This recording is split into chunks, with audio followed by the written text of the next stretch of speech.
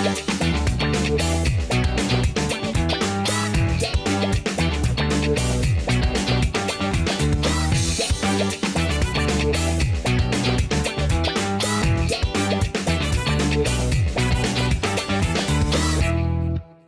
up, man? Hey, how you doing? Good. Good to see you again. Good to see you too. Dude, you Yeah, really let me came get. through for me today. I can't I can't believe I forgot to remind you. I'm slacking. Don't feel bad. I mean, it's not like you didn't send me a bunch of calendar appointments. I just don't. It's funny. I look at my I'm old fashioned. I have an old fashioned British planner that I keep all Really? my. You don't use your And phone? don't use my phone. I hate technology. Doesn't it sound like an old fuddy-duddy art historian right there? Yeah. And I just can't stand it. So I use Hmm. and I just remember things better if I write them. Yeah, that makes sense. So yeah, that's my Yeah. No, no worries. I have a keep a calendar and then I everyone's don't look at it. you is that it? I have a calendar. It's, well, it's in my phone, but I don't set Well, reminders and I don't look at it. I generally remember everything, which is weird. that's actually that's impressive. That's But the impressive. thing is, I don't Like have you your live in schedule. I don't, my meetings are pretty rare. is that true? But I mean, you do have this podcast that you're managing Yeah, but on it's a every regular Thursday basis, at 10 you know. o'clock is pretty much when I do it. So it's pretty easy. Yeah. So what, dude, when are you going to Rome? I leave for Rome on Monday, and I'm gone for a week. That's how And long it lasts, a week? yeah, I'm a little bummed that I'm not going to be able to drink mate with the Pope because it's a new Pope, and I shouldn't complain, right? Dude. But have I ever told you my greatest mate drinking story of all time? No, you haven't. As he pulls the mate to his You lips. want to hear it? Yeah, let's hear it. Okay, so for those who are the uninitiated, Mm-hmm. I'm about to blow your minds. Okay, yerba mate is this Latin American herbal tea. These are the tools of the trade right here. You have a thermos, you have some kind of vessel, you have the herb itself, right? That looks And then you disgusting, put by the way. and then you are not allowed to have an opinion. My daughter's addicted to that stuff too. And I'm sure it tastes great, but it's just it a has a pile of straw. sludge. It has a straw on the bottom that you mean as a kid you didn't just drink the grass clippings like I did? You didn't like make a tea out of them? No, I missed But that it comes from it. opportunity. I had a So really sad childhood. they've been drinking it for about, you know, recorded time 15,000 years in Latin America. And Hmm. it's there I know way too much about yerba mate. We'll have to have another episode entirely about it, but it's a very Latin American thing to do. And when I lived in London, I was sitting at a computer writing a lot, and instead of, I had a Chilean friend who told me, instead of just snacking at your computer, get some mate. It's a very physical activity because you're picking up your thermos, you're pouring it Oh, in, so that's and how it you're drinking works. it. You just continue to add water. Yeah, yeah, and Okay. it really became a good habit, especially for somebody like me who's has really severe ADHD. It was a way of kind of like grounding me and keeping me from having bad habits of Yeah. eating Yeah. candy and things I shouldn't. So in London at the time I was there wasn't a lot of options for going and buying yerba mate. It's not like Amazon today where you could have it everywhere. There was one Algerian coffee store in Soho. And it's a famous place. It's been there since like the end of the 18th century. And the guy who ran it at the time was named, I called him Backwards Micah because his name was Hassim and my name backwards is Hassim. And What? That's yeah, funny. and I said I just got off a plane from Barcelona where I attended an exhibit on one of the guys we did work on. Oh, what's his name? He did um the that crazy scene of the open air bullfighting scene. Ramon Casas. It was a Ramon Casas exhibit, and I had the Ramon Casas catalog. I said to Hassim, I've got my thermos. Can I just fill it up with hot water and buy some yerba mate from you and drink it out on one of your little cocktail tables? So I'm on the I'm I'm in this busy street in Soho on a cocktail table, drinking yerba mate, looking at a Ramon Casas catalog from Barcelona, and these two guys walk out of the crowd and they say, hey, we don't have a thermos, but if we can we sit down and use yours and drink mate with you and talk a little bit? I said, sure. Just some random Come, dudes? yeah, two guys. So they Huh. talk, and turns out that both Argentine, one lives in Barcelona, one lives in London. We're talking in Spanish. They're like, we saw the mate, but we also saw Barcelona. We talk about, one of them says, I've lived there for a while, but I don't really have any, I've never been to that museum, and is it good? And let's talk about it. And we talked for about an hour. Great conversation. We talk about he's got a new kid. The other one doesn't have a family yet. So he leaves. And Hasim comes up to me and he says, so Micah, how do you know Lionel Messi? Okay, I'm an idiot. I don't know who that is. Is that like a tennis player or Lionel something? Messi is maybe the greatest football player who's Oh, ever lived. football. He is the one Really? who was or soccer player. Football Oh, is in like football. Latin, Yeah. yeah, Yeah. football. And he's Argentine. And for anybody who like follows soccer, like And you never it was like, acknowledged who he was, and he seemed and totally cool with because I it. didn't know who he was. I didn't know him What a like you. stud, though. We How have the same humble is answer. that? That's You and I are awesome. very similar. And then afterwards, I said, who's Lionel Messi? Just like you did. And he said, well, that's why you were able to talk to him, because you had no idea who he was. And he just asked if he could sit down So with a total stranger. That's so yeah, interesting. and to drink mate at the time. And this was back before he was at his absolute height. He was still famous at the time. So the second person I've had a little bit of mate running with, we were buying at the same store and talked for a second, was Viggo Mortensen, who drinks yerba mate I don't know who and that was is raised either. in Argentina. Aragorn in Lord of the Rings, and he's been in a ton of other movies. Really? You ever seen the Lord of the Rings movies? Oh, yeah. Well, when it first Okay, came out so ages ago. Aragorn the king, yeah. Hmm. And then the last pope who just died, Pope Francis, drank mate all the time.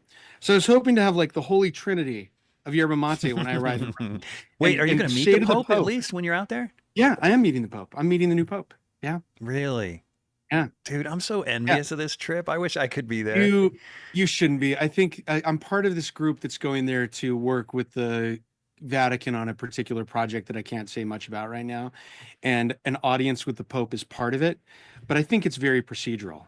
I mean, I don't want to downplay or like sound ungrateful that it's happening, but I'm not under the illusion either that it will be a meeting of any great substance between the two of us. Right. Right? It'll probably Is this just the be, project that our mutual friend is in that beautiful yeah, house is working on? yeah, Yeah. yeah. And I We're think speaking I in think it's code just here. going to be I think it's just going to be Yeah. a very um you know nice to meet you, thank you for having us here, and you know that's it. I think that'll be it. And I am excited about going there and being part of this project, but hopefully I can reveal later more. Yeah. But I'll have aren't to you tell you also giving another a episode. tour, like a tour of the Vatican and all the art and all that stuff? Yeah, which is something I've done several times in the past. I'll have to tell you another time. We will save this for another episode about a crazy experience I had with the Vatican when I was consulting for them in art about 10 years ago. It's a Just going to crazy leave story. us in suspense, huh? I'm going to leave you in suspense. I mean, it'll take too long. We need Okay. to get to our artist, buddy. Okay. We'll never get to, we'll never get to the artist if I tell that other Vatican story. You told me So, today was a surprise. So I yeah, intentionally didn't even read the folder. So I genuinely don't know. And I did that for you, man. I didn't want to ruin the surprise. I appreciate that. So I want so you who are we to, doing? so here's my intention today. I always wanted to talk about this artist. Before I say his name, before we talk about him, people are going to see it anyway on the video. But this is something that you and I come across all of the time with people who are not familiar with traditional art and its techniques. Mm-hmm. They often will bring up an artist like Picasso is maybe the greatest artist that they bring up as an example of. And they Mm-hmm. say he could do it, but he chose not to. So he did, instead of doing representational, good figurative art, he chose to do something that was deliberately abstract. It was a choice. Right. And there's a partial truth to that. I've seen a lot of Picasso's early work when he studied in Barcelona, and his father was a decent still life teacher. But Picasso was never a great figurative artist, and he never really put in the time to mature in it. He abandoned it before he got good, but also in the classwork that he did, if you look at the work he did alongside his classmates, he wasn't as good as his other classmates at the human figure or other works. Now, this isn't me trying to take him down a notch either, because I think Picasso was a genius in creating his own lexicon, his own work. Yeah. He was his own thing, right? And so I'm not trying to take away from his other accomplishments. I'm just trying to say that this thing that we hear all the time from people who look at work that's classically informed or traditional art, they talk about modernism as if anyone who's a modernist can do anything that a classicist can do. They just chose not to, right? Right. And with Picasso, it almost sometimes feels like people are like, yeah. And then he realized how boring realism was and it was beneath him. So he rose Yeah. above it. Right, right. That's often how it's presented. That is how it's presented. And I think that that is one of the narratives that modernism in its early days kind of took on. Now I mean, each side of this war, if we want to call it that, has got its things. There are people who say that modernism does, who are traditionalists, who think that modernists don't have any skills, they don't understand, composition or color, and that's not true either. I mean, broad generalizations are not true. The broad generalization that broad generalizations are not true is true. Mm-hmm. So we got to be careful with broad generalizations. But I got to say that the artist we're talking about today was someone who was very well trained in naturalism and in figurative art, and he excelled at it. And he chose to go a completely different direction with it and combine what were the the avant-garde of his day and its technique with his earlier work, sometimes abandoning classicism altogether, but other times incorporating it in ways that I've never seen any other artist do. So today we're talking about the Belgian artist Theo van Rysselberghe. You're right. I have And no idea who that is. Theo van Rysselberghe, and this is the thing, is he trained in Belgium. Mm-hmm. He traveled to Morocco, and then he traveled to Spain and then Morocco again.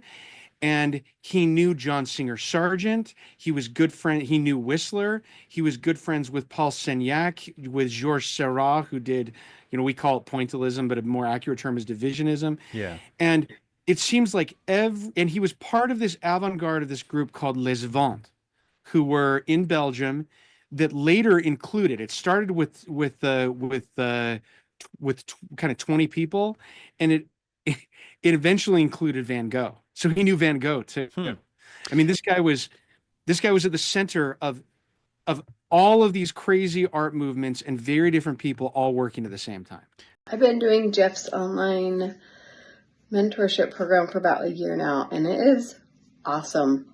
Everything is online, super streamlined. If you can be there, I mean, you have the ability to talk to him once a week and he can review your work and help you.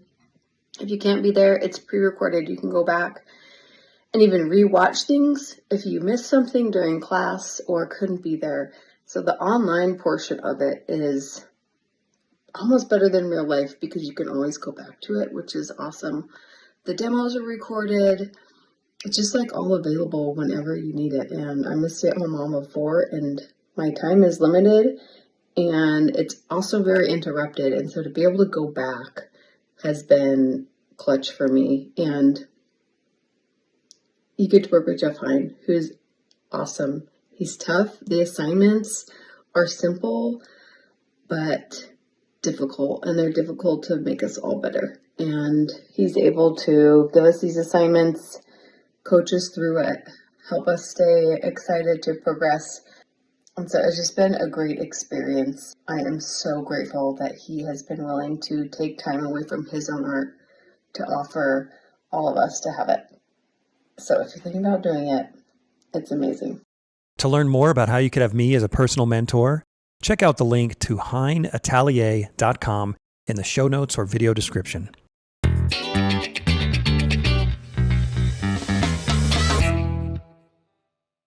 Okay, let me ask you a question real quick. So aside from the fact that you know me well and you know that I'm not the most informed artist in the world when it comes to art history, aside from that, why were you so sure I wouldn't have heard of him?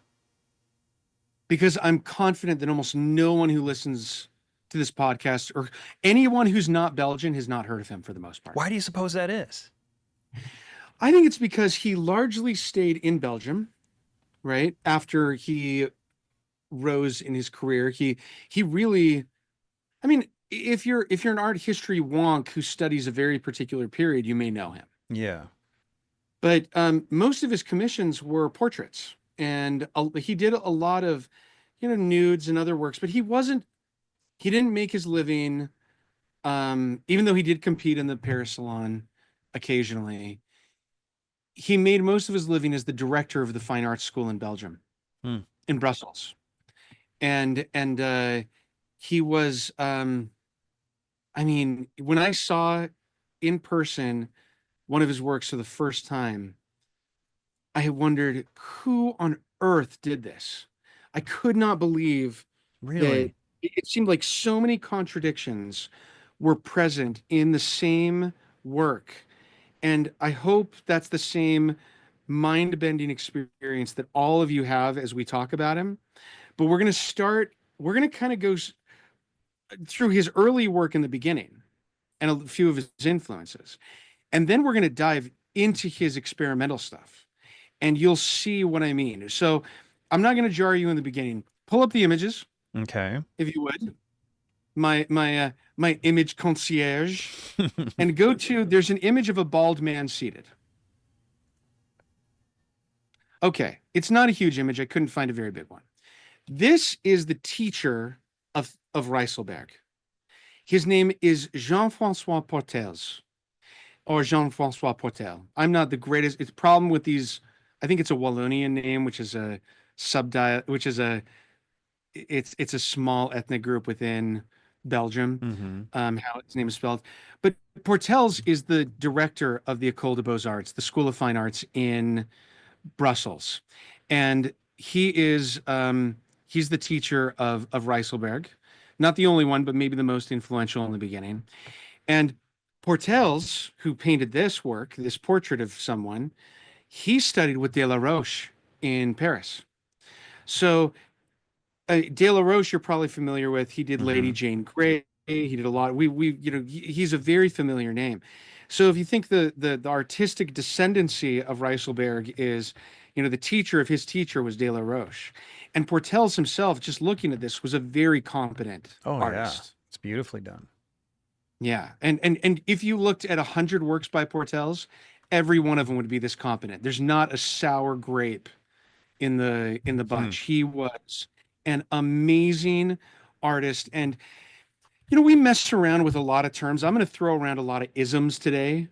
We talk about realism, naturalism, classicism, whatever we want to call it. I think he lived in a time that I like to refer to as naturalism, a naturalist perspective, because naturalism gives the appearance of not manipulating the figure or idealizing things and painting things as they are.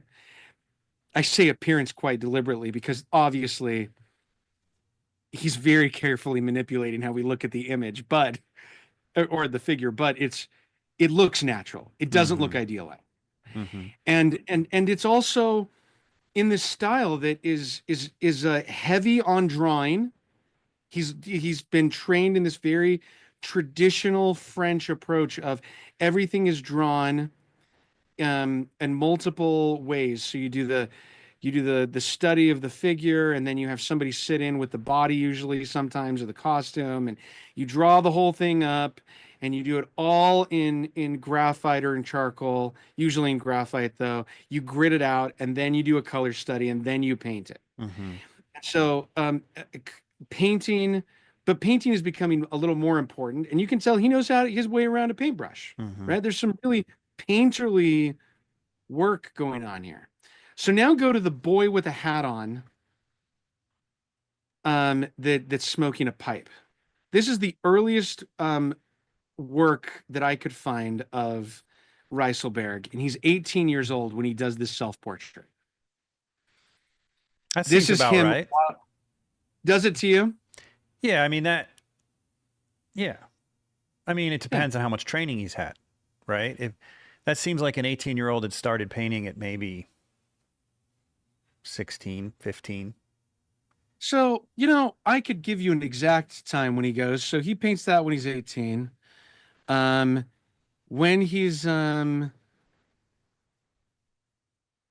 he starts in 1879 at school. So he is 17 when he starts painting. Oh, so it's quite fast. Yeah, so he's 17 years old when he starts painting. According to, at least that's when he enters school. So maybe he had some informal lessons or something, but Right. he's been in school for a year to a year and a half at this point. Mm-hmm.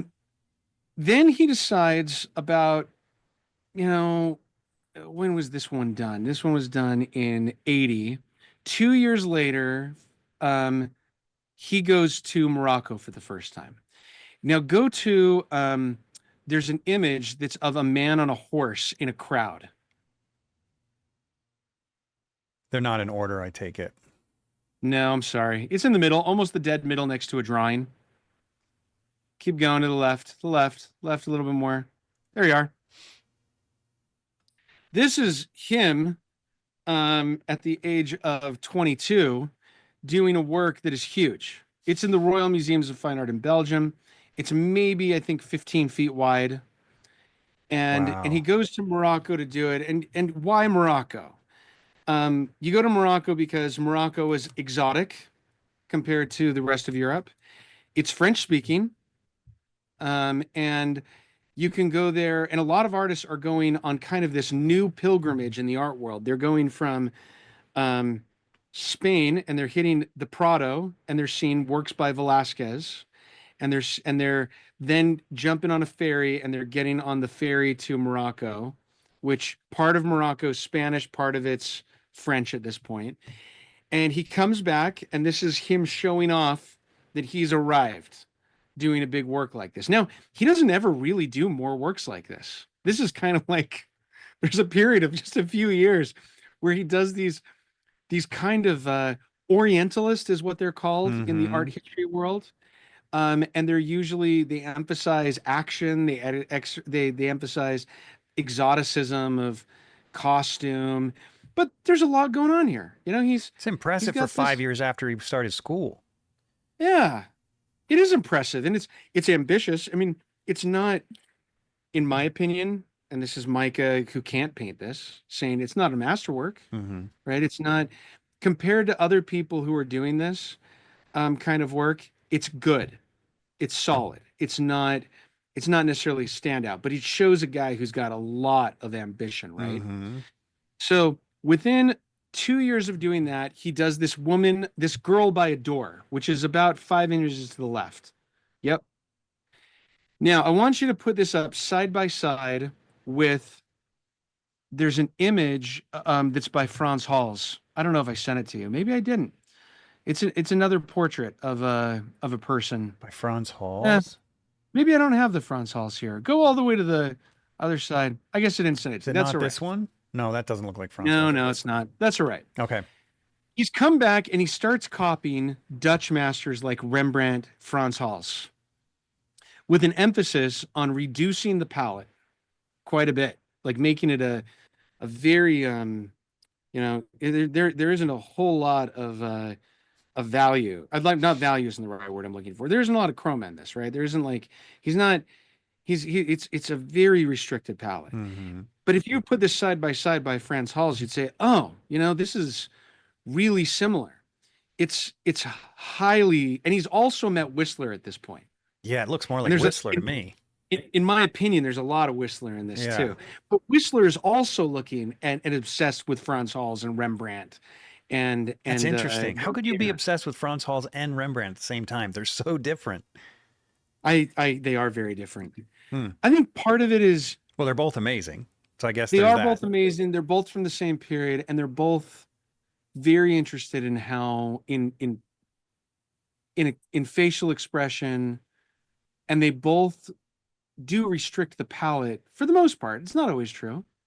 Anyway, this is very different than what he was doing before. Then he goes back to Morocco, and he does this portrait of Dario de Regoyos, which is a man holding the guitar, which is only a couple images.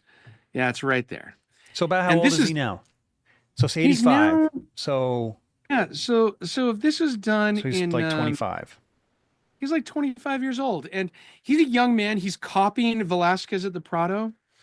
And Dario de Regoyos is a Spaniard whose teacher also studied with Federico with De La Roche. Mm-hmm. And this, I mean, this to me looks very Spanish from the period Mm-hmm. of the mid 19th century.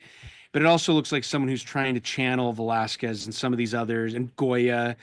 It's super sandy browns colors, very but also very like loose painting. So he comes back from Belgium, and after he's done, not from Belgium, he comes back from Spain and Morocco on this trip, and he paints this gorgeous double portrait of a family with a tapestry in the background.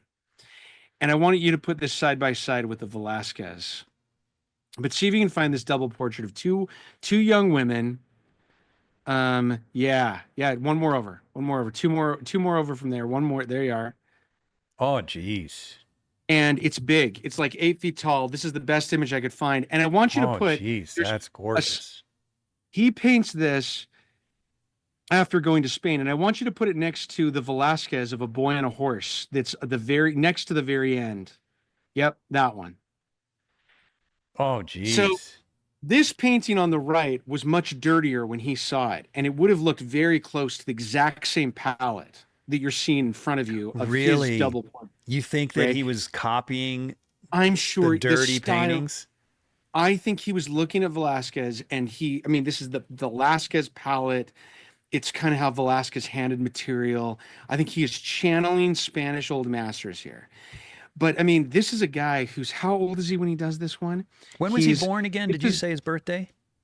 He was born in 62. So he's 22, 24 at the time he paints this Okay. piece. So, but he's a sponge, as you can see, like everywhere he's going. God, He's he's just 24. sucking He in. learned so fast. I know, right? Holy It's just, crap, man. and this is, I want you to remember how good this is, because Yeah. Picasso never got this good, in my No. opinion. He never got this good at this work, right? And this is, I mean, this is astounding, in my opinion. He's only 22, 22, 20, wait, how old is he? 23 he would be, right? 20 Wait, when was this 23, painted? 23 years old, 84. And so he paints it 22. in 84. Yeah, 22. He's 22 or 20, Maybe 23. He 23, could be yeah. about 23, right? And he's got a real understanding of, I mean, you could argue that there's a little bit of cheating in the figures here because you can't always see them. The faces are good, and the they look like they're sitting on solid ground. And Yeah. there's What a do you lot mean of by a little bit of painterliness. cheating?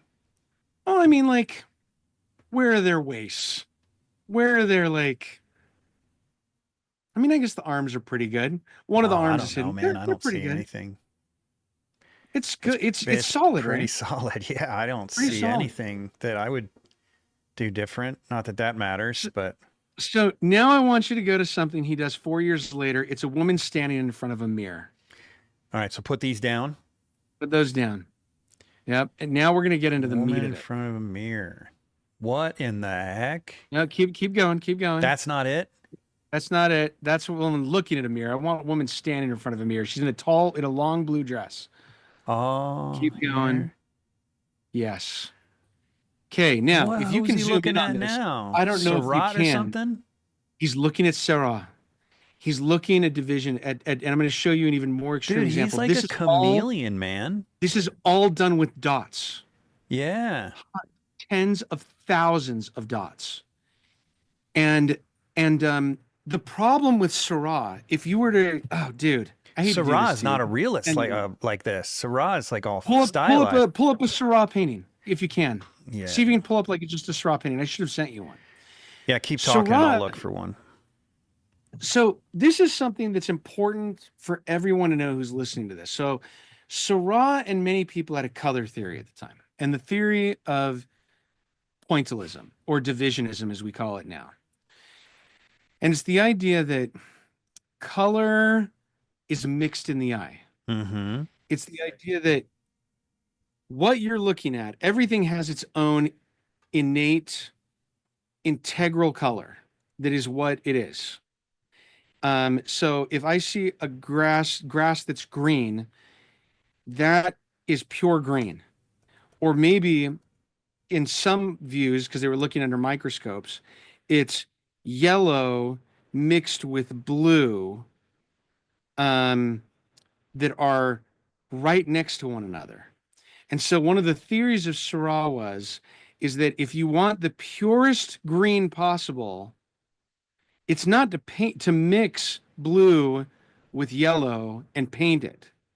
It's to put blue and yellow right next to one another. Get a figurative work by him if you can. It's to put that's any one of those figurative works will do, like that woman, yeah.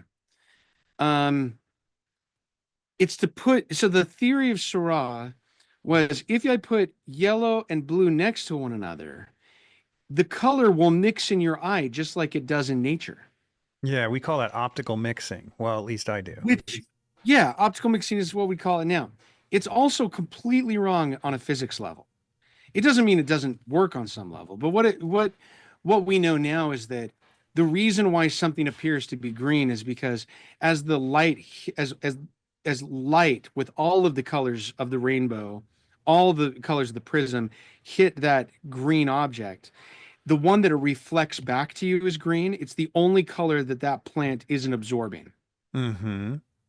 And so divisionism is the idea of this pointillism or divisionism is fundamentally kind of wrong, because even though there's nothing wrong with optical mixing, it's the idea that we're going to paint these two colors and have them mix, and they'll look just like it does under a microscope of blue and yellow mixing together.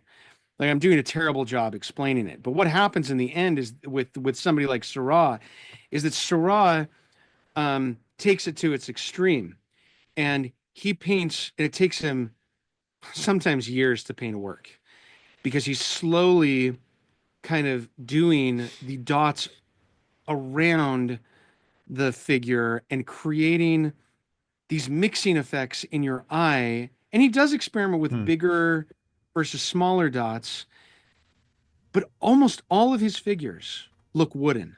Every one of them that Seurat does. Yeah, I do not he know wasn't a how draftsman.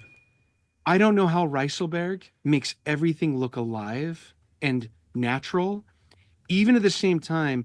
Because, dude, it goes back to let's go back to the 15th century. Mm-hmm. If you're painting in what's the word I'm looking for, in egg tempera, and egg tempera is very similar to the same process of the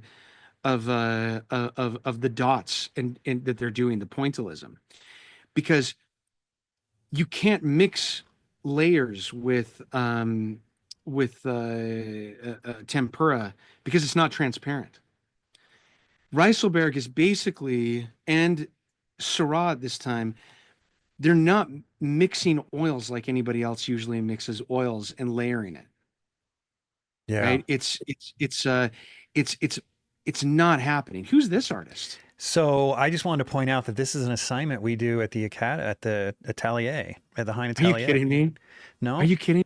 No, this is how I paint a lot with optical mixing, but not in the same way that Seurat did. I use it selectively, but I have this assignment, which is actually based on Chuck Close more than anything. I mean, and I'm sure he was influenced by Seurat and other artists, but it's important. It's important. I mean, it's because, so you're not wrong about what you said about physics. I mean, it's the bottom line is that you're getting two colors going back into the eye. It doesn't literally mix, but what's happening is your brain. That's right. Your brain is doing the work. It's subconsciously putting those colors together and mixing them into a green. But what makes it beautiful is you get this vibration of color. Oh, that's interesting. Yeah, and it adds more life to certain objects, particularly organic objects like skin or straw or even like a denim or something that's more organic. By optically mixing, it just gives this sort of vibration. in the color that makes it feel more natural.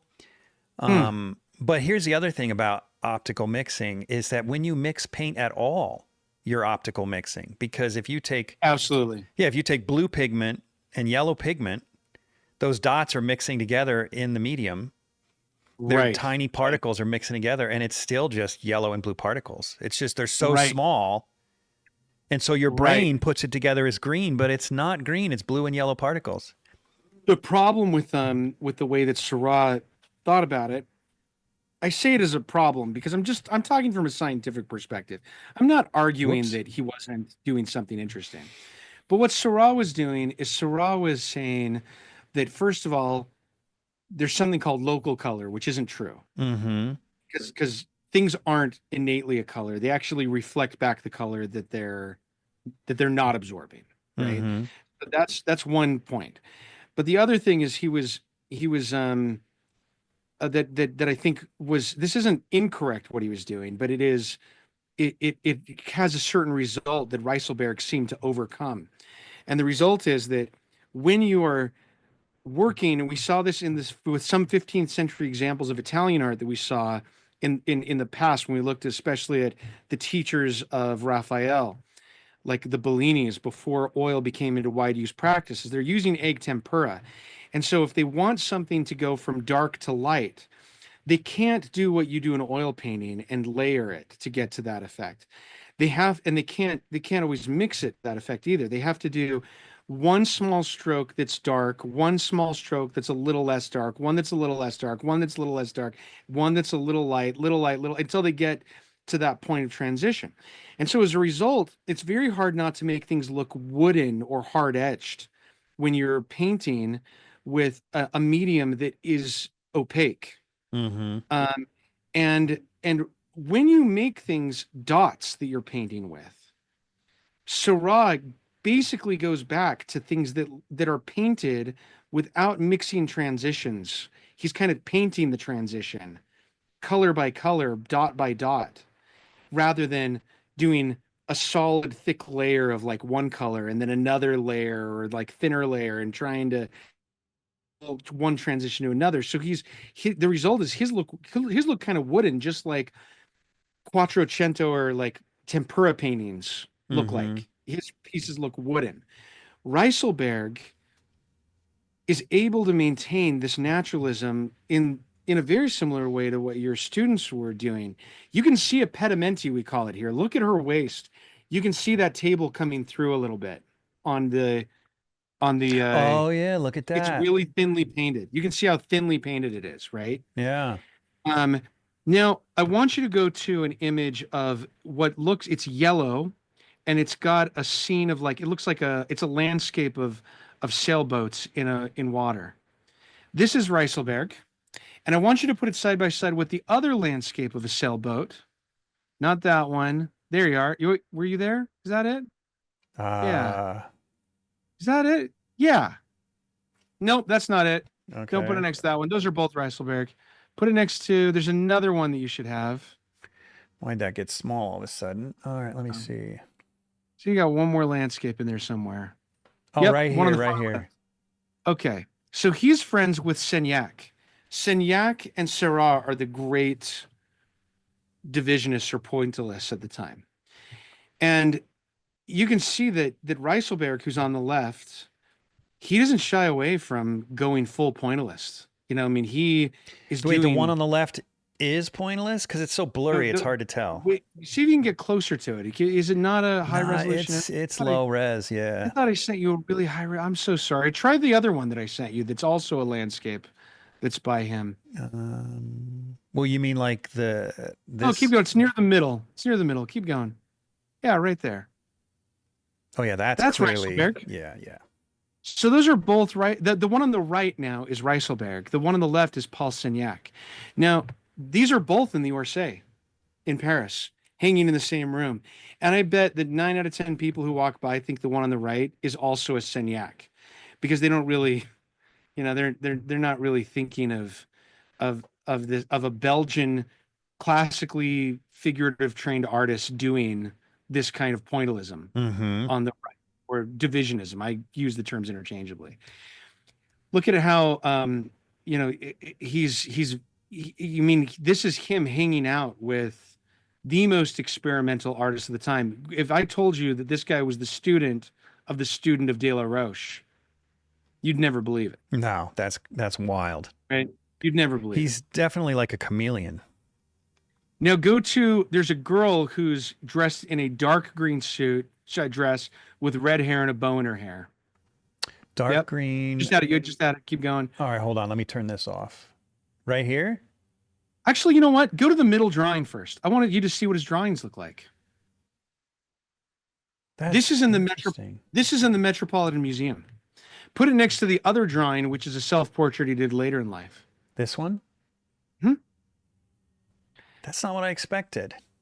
Two radically different approaches to how drawing is done. Same artist. And that's done later in life? The one on the right is done later in life. It's a self-portrait. And the one on the other side was done in 1890. So he was at that point about 38 years old when he did the one on the left. Do you have any other drawings in here? Because that is not as good as I expected. It's so hard to find them. Well, and it's just kind of like a casual piece. It's something, it's not as... Yeah, maybe that's all it is. It looks to me like the kind of thing that Ang would do in like 4 hours. Yeah. 2 to 4 hours, right? But you do, but the other one he spent a lot of time on. Yeah, and it's an interesting approach. It's almost like a pointillist drawing. Yeah. Yeah. So, I mean, can you zero in on it? I think I've got a high resolution. I think it's high resolution. I have Maybe to close this one. Yeah, he's doing like little like half moon strokes everywhere. It's fascinating, isn't it? Look at how he's raced those highlights on the hands. This would have made a great etching, the way he's approaching it. Oh, that's interesting. Yeah, it really would have. Yeah. Huh. Okay. Now, did he ever do etching? Because it's like right up his alley. He did do some lithography, some posters. Okay. Lithography that were his, but I don't know if he did etching. Now go to the girl with the bow in her hair that's red-headed that's next to the self-portrait drawing. How long did he stick with this whole thing? This he kind of does till the end of his life. This becomes his style at the end of his life. No joke. Till the end of his life. And so the other stuff, I mean, that painting of the two, I mean, put up, if you could, next to this, the painting of the two girls that he did right after going to Spain. That's the women in front of the two women in front of the tapestry that we saw. It's all the way to your left, almost close to the end. Keep going. One more. Oh, you almost had it. Keep going. You talk about this one or nope, this one more. No, we already looked at it. It's the two this women one that we looked at already. That one and the one next to it.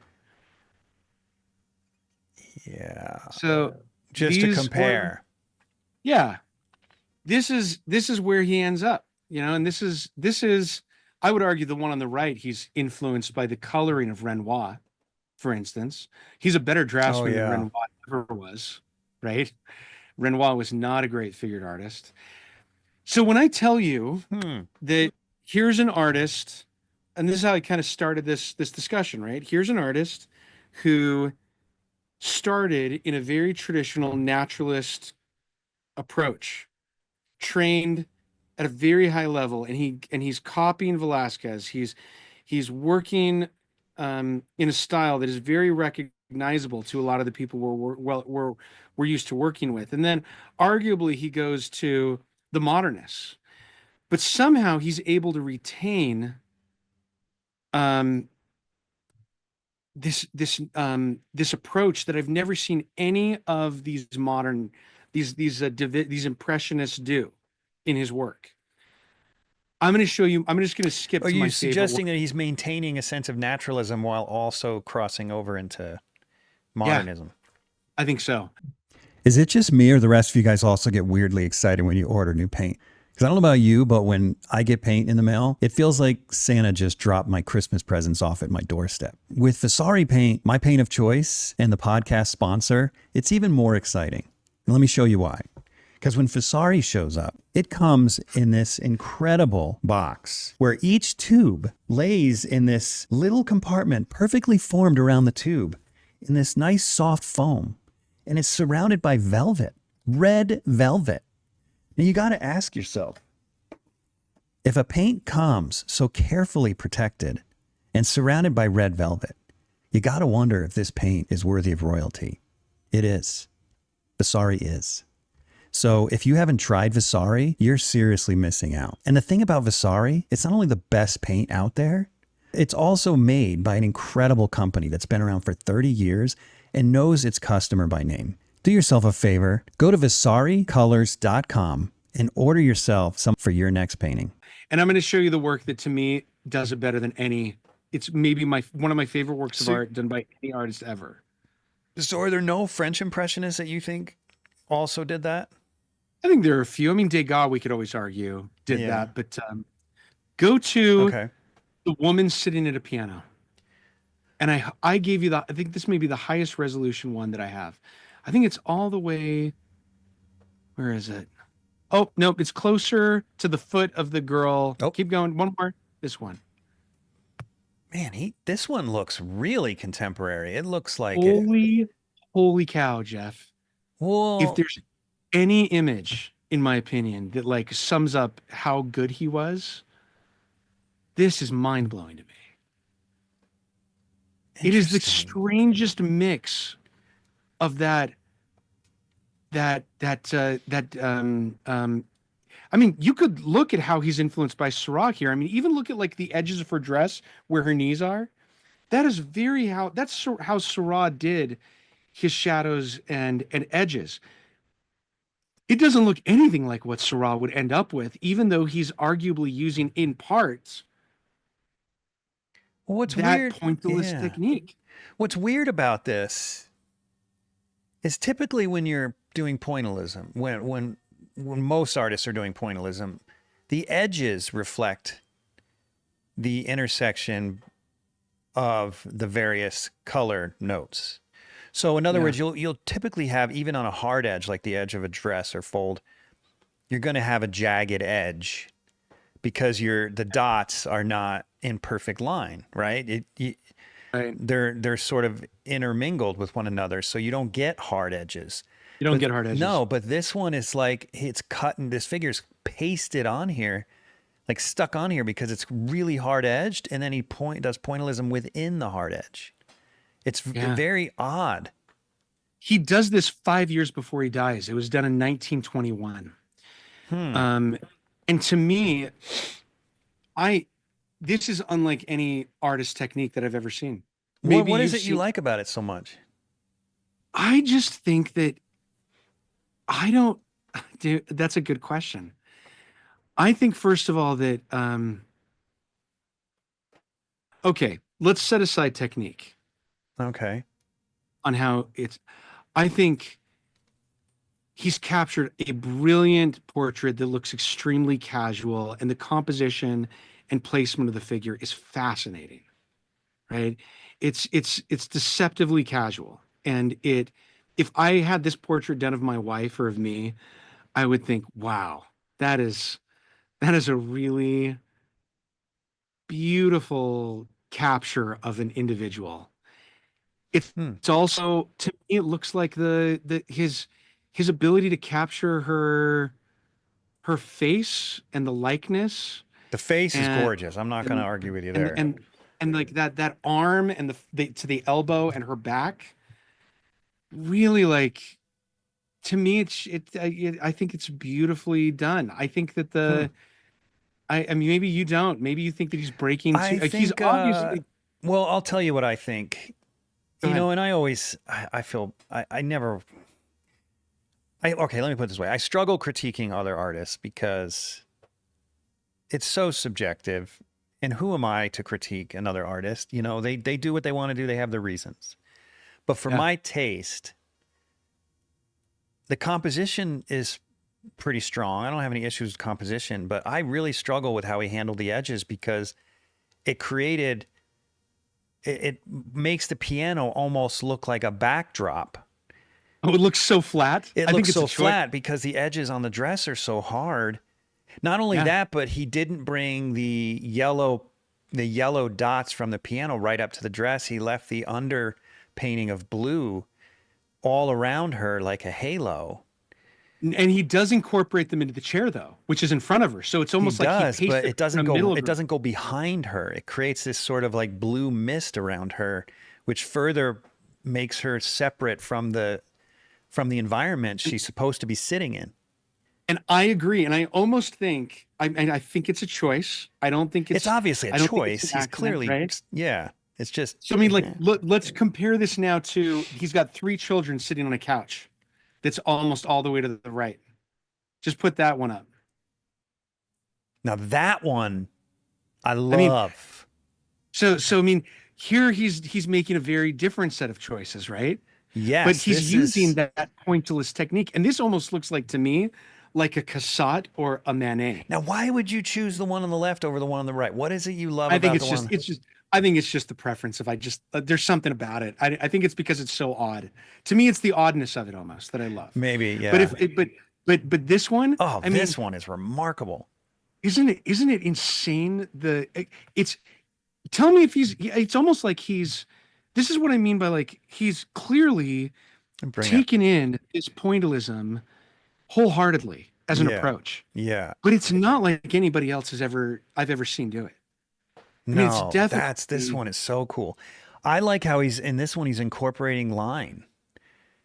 He's outlining various things like the legs, corners, the legs on the couch or whatever seat that is, however you describe that seat, around the neck.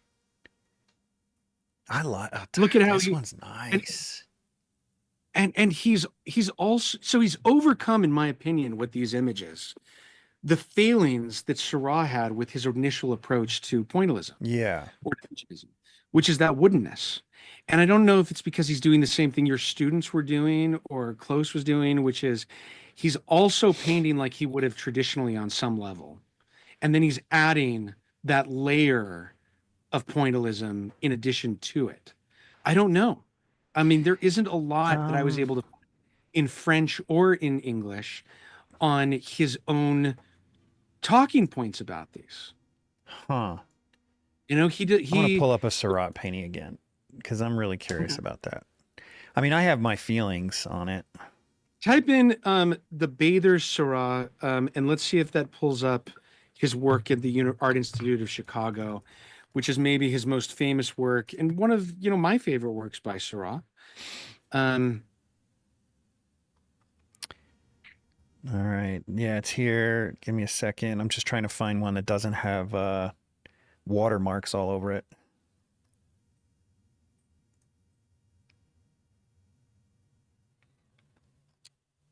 Yeah, that'll have to do.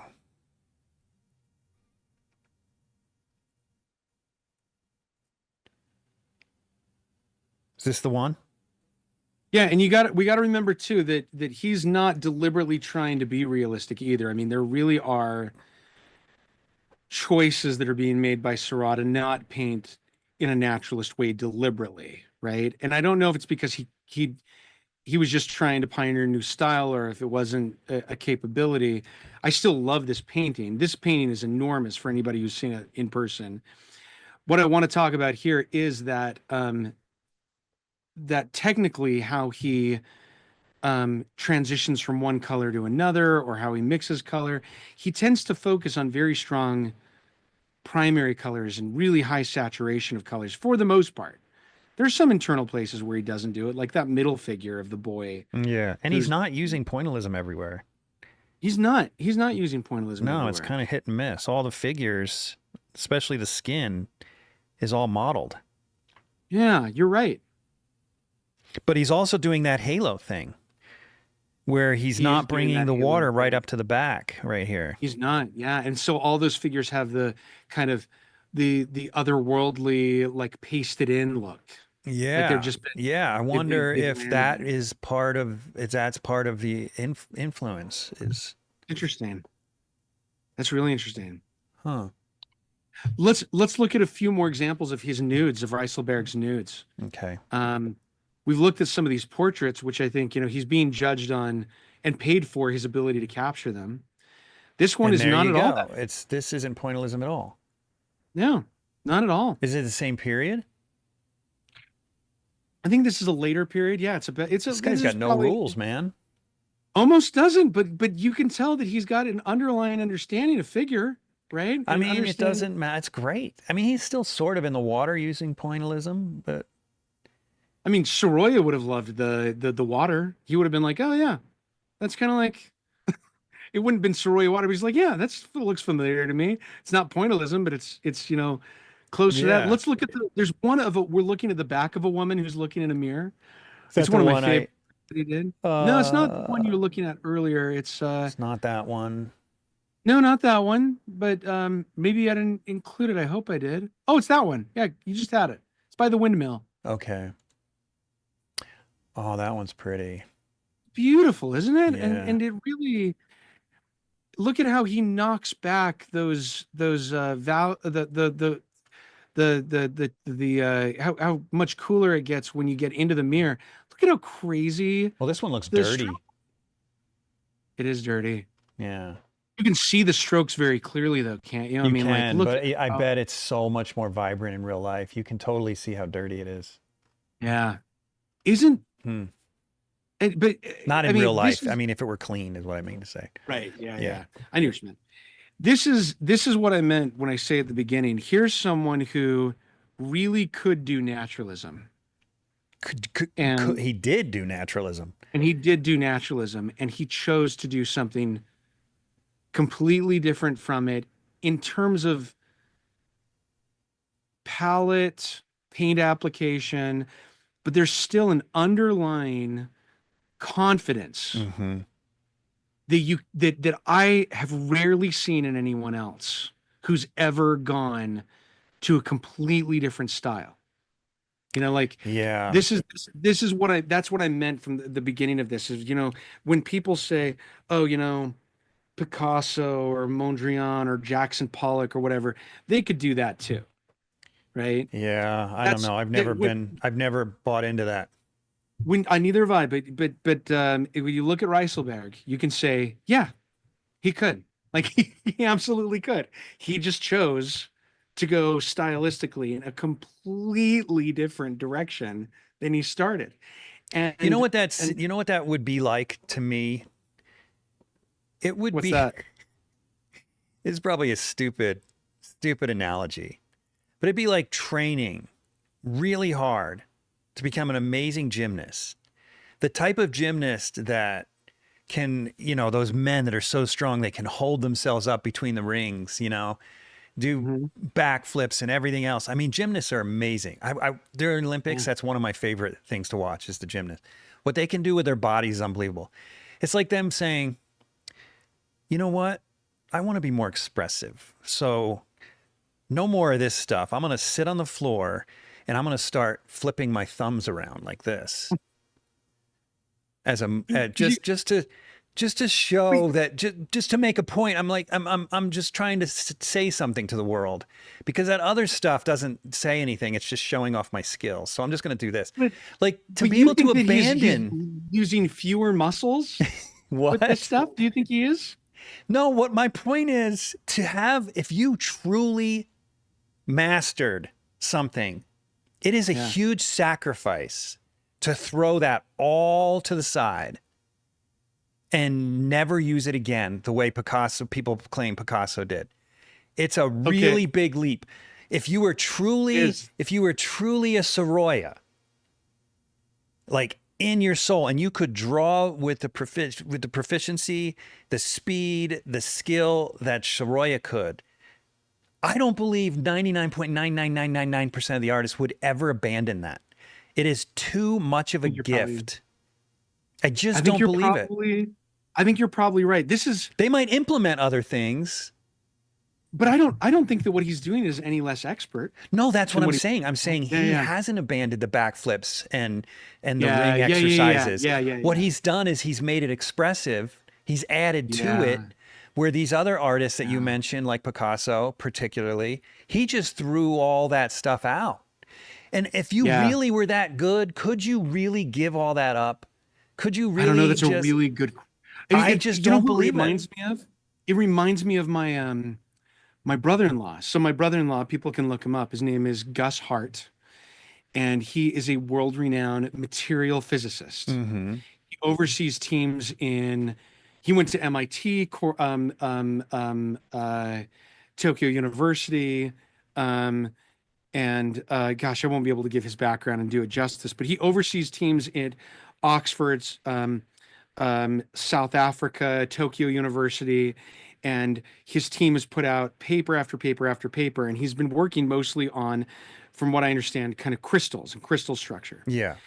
And then one day he told me that he went back to taking 100 level classes and then graduate level classes all over again in like his late 40s Mm-hmm. to study biological physics, which is for all intents and purposes a completely different thing, right? Mm-hmm. And he said, I said, why are you doing this? And he said, because the future is in organic and biological physics. It's not in material. For me, it's not in crystals. I said, but you have you fabulous career. You're overseeing all these teams. You're brilliant. He's like, you know what? I just think the future is in this other stuff. So I'm going to start, maybe not from scratch, but close to it.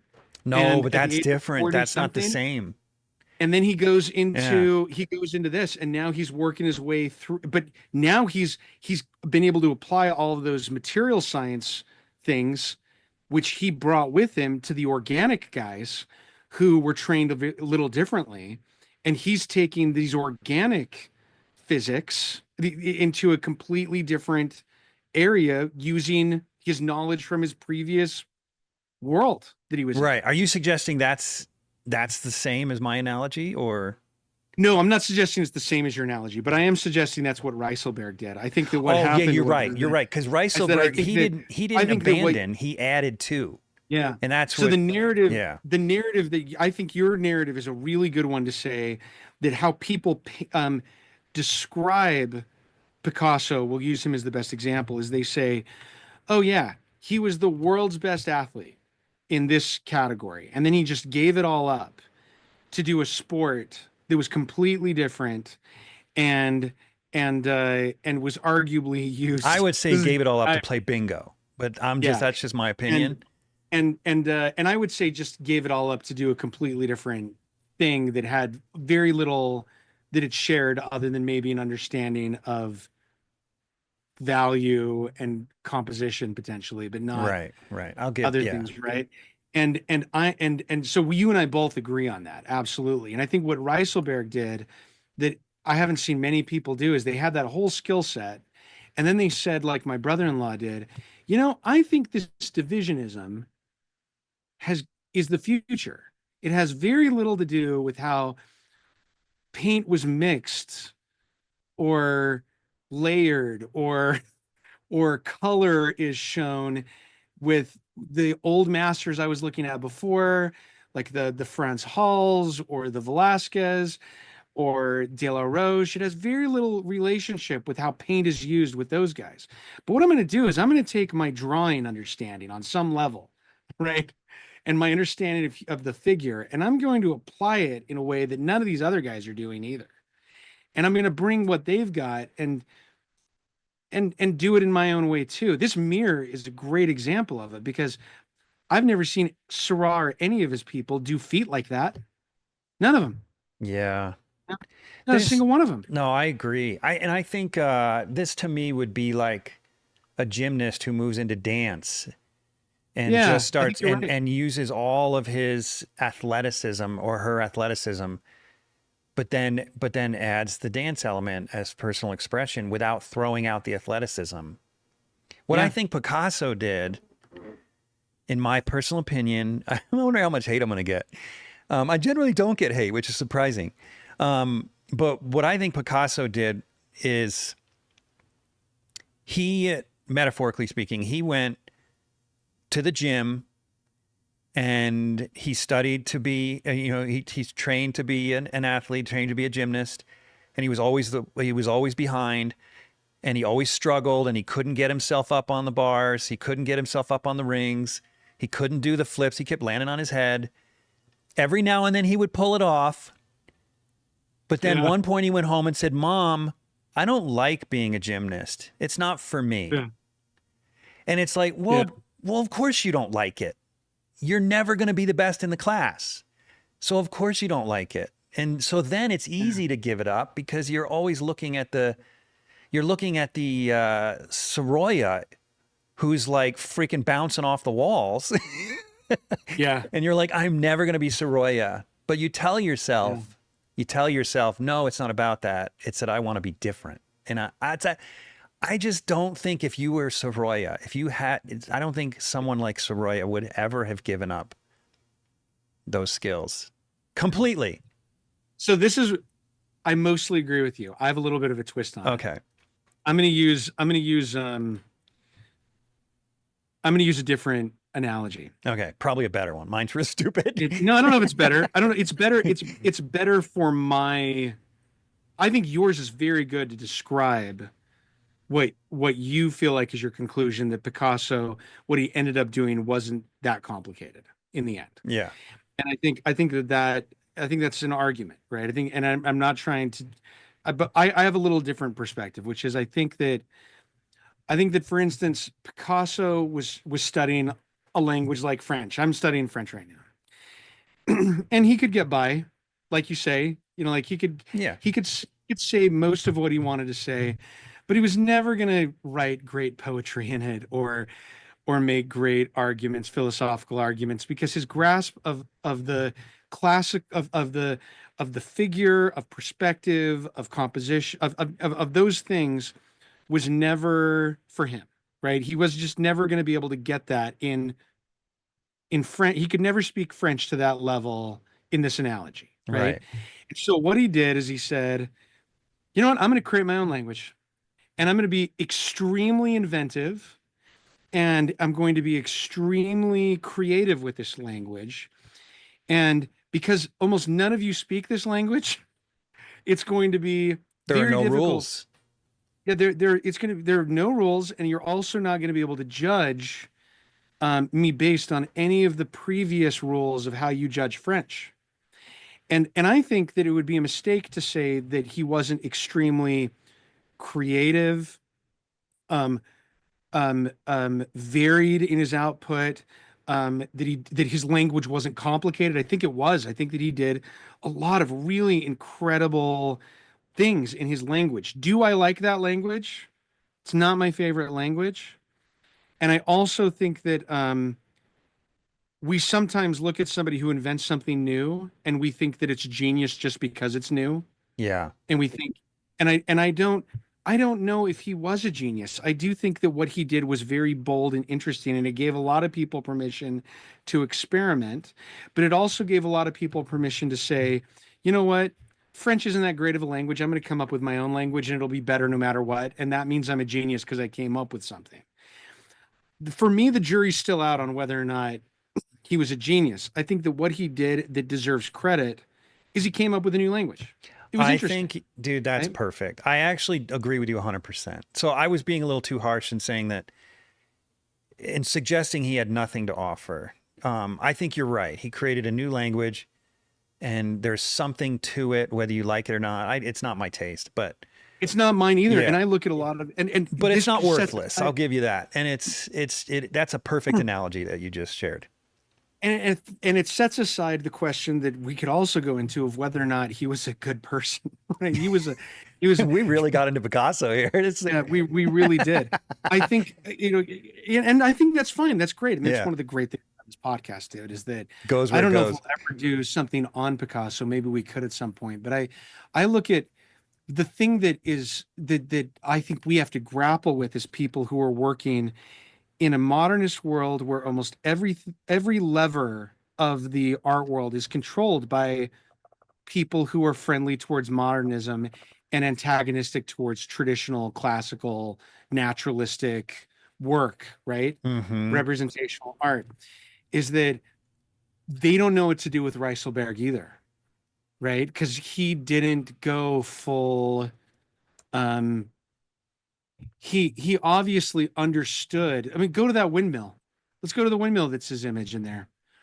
That could be by any of the major um, divisionist. Even look at the border he painted. It's just like the kind of You thing know, that's he's got all the skills still there. It's just got, and oh, it's so good. and he's got his own technique. Look at, there's a picture of a little girl, and then it's got a close up of the same image. And I want to show you the two side by side. I think we should just look at a few more of his images. Not that one.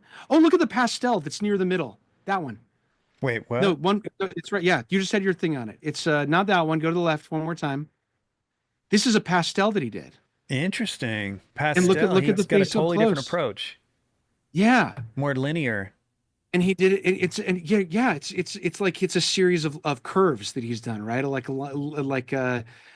very Well, it long, makes sense with pastel, and it's not going to make dots as well. I get you'd have to do little swirls, I guess. I mean, here's a guy who's a really good portraitist, right? Yeah, But he's who's great. also, he's abandoned naturalism on some level. It's a kind of like idealized pointillism. I don't even know how you describe it, right? It's like it's like a naturalist approach overlaid with an oversimplification seen through a divisionist or a pointillist view of the world. Dang, that Right? sounded good. Publish that statement. And go to another one of a mother and child. I think there's a mother and child that are with one another. That's, I think, on the far right. Oh, far oh, no. right. Yeah, far right. Go to the far right. Oh, right here? Oh, no, right here. Oh, this one. Yeah, that Oh, one. I Look love at that this one too. Look at that. I mean, it's just on Oh, a dude. compositional level. Isn't it just like crazy? It's just crazy. Some what of he's these creating. paintings, like this one and the other one that I really liked, where did that one go? And then, oh, Oh, it's right by the next way, to when it. you look at this, by the way, when you look at the one on the left, especially, when I look at the one on the right, I think of Mary Cassatt. That's what I was just going Or- to say. It's right? like you When I smash look at the Mary left- Cassatt and Surratt into one person. And then when you look on the left, it looks like Toulouse-Lautrec kind of in his coloring. yeah, that's and he's, true. He's friends with Toulouse-Lautrec too. So I mean, he knows Whistler, he knows Sargent, he knows Seurat, he knows Signac, he knows Van Gogh, he knows Toulouse-Lautrec. I mean, Van Gogh's really not anything to him. He just participates. Rysselberghe is kind of the institutional leader of these artists in Belgium, and Van Gogh participates a couple times in their shows. But Rysselberghe, he doesn't have a huge market. He's mostly doing portraits, or he's teaching. But this is what he's doing when he's doing portraits. And it's Dude. These dresses, the way he's handling the folds, has a very Starry Night quality to it. kind of does, doesn't it? It makes you Yeah. wonder. But the thing is, he is obviously stealing from a lot of these artists, which is what all artists do. We all steal, but he's not. He's still him. He's still doing his own thing. It's not. He's not copying one artist. No. I've never seen an artist who is as much of a sponge as he is. Yeah. Like his ability to go from, those early works to what we're looking at now. There's a little girl with a red bow in her hair. I thought I had a far away one of this image. Man, this looks just And I like my think I used assignments. someone. That's crazy. It does look like your assignment. See if you can find the image that has. Oh, and look at the one of the man, the old man with a beard. That He his? does that one. Yeah, he does that one in the year 1900, in the middle of these very colorful pieces, and it's a portrait of Constantine Meunier, who's a famous sculptor. Interesting. And so he's also he occasionally will throw out something like this, and you think, geez, like, where on earth did that come from? Where on earth did that come from? He obviously has like off the charts. It's almost like you could say to him, it's like he's a good impressionist, and you could say to him, okay, now do Whistler. Now do yeah, now do that's not Cassatt. unusual. I've known people like that. Man, do I have good news for all of you guys. We are now being sponsored by Winsor Newton. That's right, Winsor Newton. The Winsor Newton. You're probably asking yourselves, how is this good for us? I'll tell you why it's good for you, because you freaking love this podcast. And if it's good for me as the host, it's good for you, because I can keep bringing you more and more episodes with their generous funding. So You're welcome. From them and from me. So if you haven't heard of Winsor Newton, you're kind of living under a rock because they've been around forever. Let me show you something. You see these two old farts right here? They founded Winsor Newton back in 1832. That's like 50 years younger than the United States of America. Now, I realize for all of you Asians and Europeans and Africans and so on, that's nothing to you guys. But to us, that's freaking old. That's a long time, almost 200 years. Now, if a company that sells art supplies has been doing it for almost 200 years, you'd think they know what they're doing, and they do. And I know they do because my entire studio is full of Winsor Newton art supplies, from ink to papers to charcoal to pencils to mediums, everything. And recently, one of my guests highly recommended their watercolors, and I'm hoping to start watercolors soon. And of course, I'm going to go to them. And you should go to them too, because they're offering a 10% discount code, Undraped Artist Pod. Undraped Artist Pod. You type that in, you'll get 10% off anything you order off their website, windsornewton.com. Send them a message that you love this podcast and that we're worth investing in by using this discount code and ordering with it. Undraped Artist Pod at windsornewton.com. Go buy some art supplies.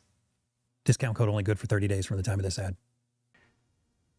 Look at the multi-figural work that's right below it in the middle of all the figures that are together in one place. That's not that one more. This one? This one I've seen. Yeah, I've seen so many different versions of this where the colors look very different. Is this big? And I think it's because of, it's huge. It's like 10 feet. Huh. Yeah. This And one's you think, interesting. okay. It's strange. It's a gathering of intellectuals. Now I wonder what market would be for this one. So this one's called yeah, so this one was done in 1903, 3 years after that old man that's the restricted palette. It almost looks like we it would just be a saw. commission for some public space or something. Do you Go know to, what it was sold or how it was sold or anything? I think it is it's in the Fine Arts Museum in Ghent where he came from. Go to the there's some images on the far right that are out of shot, I think. Yeah, go to the couple of those. Let's see if Oh, there's we got that one. What not about that this one? Whoa, that's Like that funky. one. Isn't that funky? That one's cool, man. What an interesting interpretation, because it's lit from below or a low window. It's a low window. Yeah. I mean, I don't know exactly what I think if I were listening to this podcast and somebody would say, what am I supposed to get out of this podcast? I think one of the things I'd want people to understand is that if you were a artist trained in the academy like he was and well trained in the 1870s and 80s, and there's this explosion of different approaches to art that start to happen, plus an explosion of colors that are available to you. Because now you've gone from having, a few dozen colors at the beginning of the 19th century to thousands of colors by the end of the 19th century. And you've got people who are messing around with color theory like Seurat, who's come up with pointillism or divisionism, as we call it. And you've got the Impressionists who've got their approach. And you've got, everybody's got their own theory and they're coming out with their own manifestos.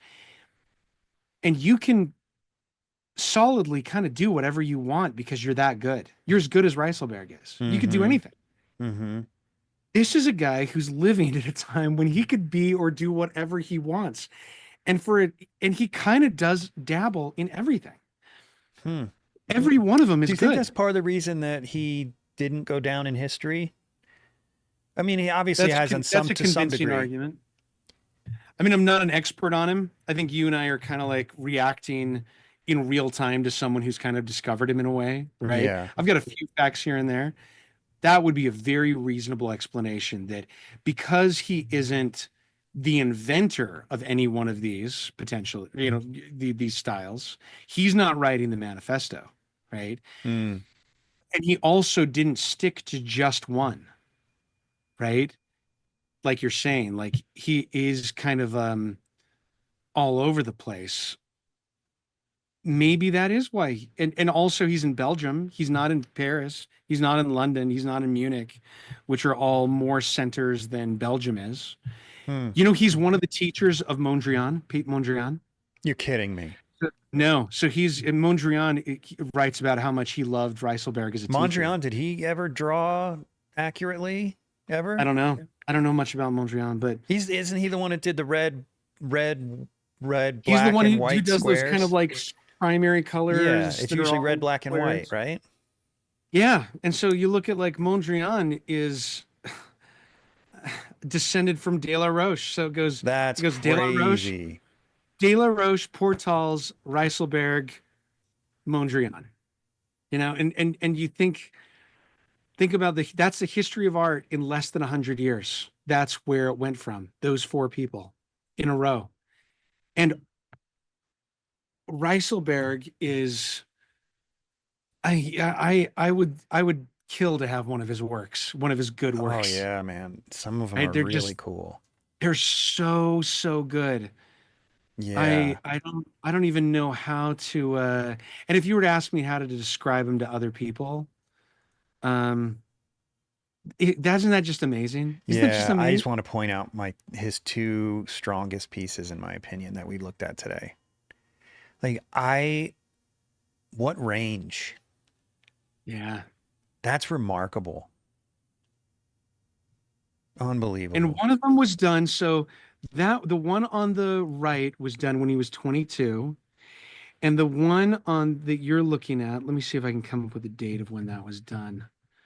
I don't have it right on top of my head. Let me see. But he's older for sure, right? I think it was done in the 90s. So it was done 10 or 15 years later, I think. Yeah. Have you heard of Aaliyah Chapin? No. Okay, can I show you some of her work because I think it's relevant to the discussion? Yeah. So Aaliyah, I interviewed her some time ago, and she is definitely, I would say, top 5 of my favorite artists. I mean, it's so I'm hard to looking at say her. that because I'll there's, pull her up too. yeah, I'm gonna real quick. So it's really hard. Oh, It's hard to wow. limit your favorite artist down to 5 because all the people I interview are like amazing, but Yeah, they something are. about Aaliyah. So here's the thing about Aaliyah Chapin. Like, this is what she started doing, and she won the what was it called? The BP Prize in London. Is that what it's called? Yeah, It's- the British Petroleum Portrait Prize. There you go. And Yeah. and she won that right out of school. I think she went to New York Academy, and she won that right out of school. Her career just took off, and she did this whole series of paintings of her nannies and all the older women in her life. And then all of a sudden, well, maybe not so suddenly, she starts Holy doing this cow. kind of stuff. Holy cow. Dude. That's a portrait of her in front of it. Yeah. That's her stamp. No, but let me let's see what she's doing now. This is what she's my doing gosh. now. Holy Dude, cow. I'm That's sorry, crazy. but this is insane. It is But here's insane. the thing. Here's the thing about her work is, like I said in my analogy, yours was better, like in that I agree that even those who don't have the mastery of realism can contribute to art, right? Picasso Yeah. did obviously contribute, and that's how I should have put it. I like the way you put it. But with her, it goes beyond that. Like, she is a perfect example of what I'm saying. I would be shocked if she ever abandoned realism completely. And if she did, she'd be an anomaly in my opinion. And she would have some kind of, maybe call it strength, maybe call it crazy. I don't know. But when you're this good, it's hard to abandon it. You can see the same skills that she had in those earlier Exactly, pieces that's my applied to point. This. Like, she's not, Yeah. she's still keeping the athleticism, right? Yeah. But she's She has adding her the expression. full arsenal still being Right. being used. And that's what's so remarkable about her. She's something That else, is man. remarkable. That is Yeah. amazing. Yeah. Jeez. Anyway, I just thought she was really relevant to the conversation. I think she is too. I think that this is exactly the kind of thing we're talking about with Rysselberghe. And I think that you like, how do you, and maybe as she looks young enough that she will, if she continues down this path, I think she's she'll close to create 35, 40 maybe. I don't know. Yeah. she'll create her own language, and maybe she'll have her own followers who maybe follow in that same style. Rysselberghe, he was living in a time that was so volatile when it came to the skills that he had learned were no longer being passed down really in the academy of figure study, and they weren't valued in the same way. Mm-hmm. But his skill, but the skills that were being passed down were color theory, composition, and he, I think that when he died, I mean, that a lot of those skills just went with him. You know, they just weren't around anymore. And I don't think that his work, it's funny. I could have bought one of his paintings 20 years ago for 100th of what they go for now. There's a Really? reappreciation happening of him in the marketplace. A few works have come up. I remember one time I bid on a work that started at, you know, 10 or $15,000, and the bidding went up to $1,500,000 on his work. Isn't that what And happened to John Singer Sargent? Wasn't he I like think it 50 is what years ago happened. completely unheard of? Yeah, and you know, when there almost nothing was being shown of Rysselberghe 10 or 15 years ago, and now I've noticed that the Met has a work up by him, that drawing, the Orsay has works up by him. Hmm. So there are museums that are starting to dust off their Rysselbergs. Hmm. They're, for the most part, they're nudes or portraits. And there are some landscapes like those that one of sailboats that we saw with the piers that were coming up Mm-hmm. out of the water. I think I can't wait to see a real retrospective done of him. I think that you and I mean, me mostly, I just cherry picked those that I could find that were high resolution images, and even then there aren't many high resolution images of his available online. Hmm. I didn't want that to stop us from having a discussion about an artist who trained with the student of Paul de la Roche, and who went into the realm of Seurat and Signac, because I think he's an anomaly. Hmm. How did you learn about him? Are there books about him or anything? I saw the portrait of the which one did I see? I think the first thing I ever saw of him was that nude of the woman at a mirror. And I think I saw it at a sale in London or New York. Okay. And I thought, who on earth is this guy? Like, where did this come from? When I saw it at a distance, I thought, is that a Seurat? And then you get closer and you're like, no, there's no way Seurat wasn't doing figures like that. And then I did a short lecture on him years ago for a school, because they wanted to talk about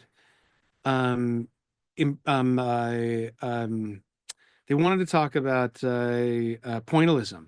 Hmm. And I started talking about Seurat, and I talked about Signac and a few others, and then I threw in Rysselberghe, and that's when I started finding out more that, boy, he wasn't just doing that divisionism. He had a much longer and weirder journey than any of these other people. And so, I mean, thanks for the opportunity today to talk more about like his whole heck journey. yeah, man. Thanks for doing it. There isn't even much on him in English. Like a lot of what I read was in French.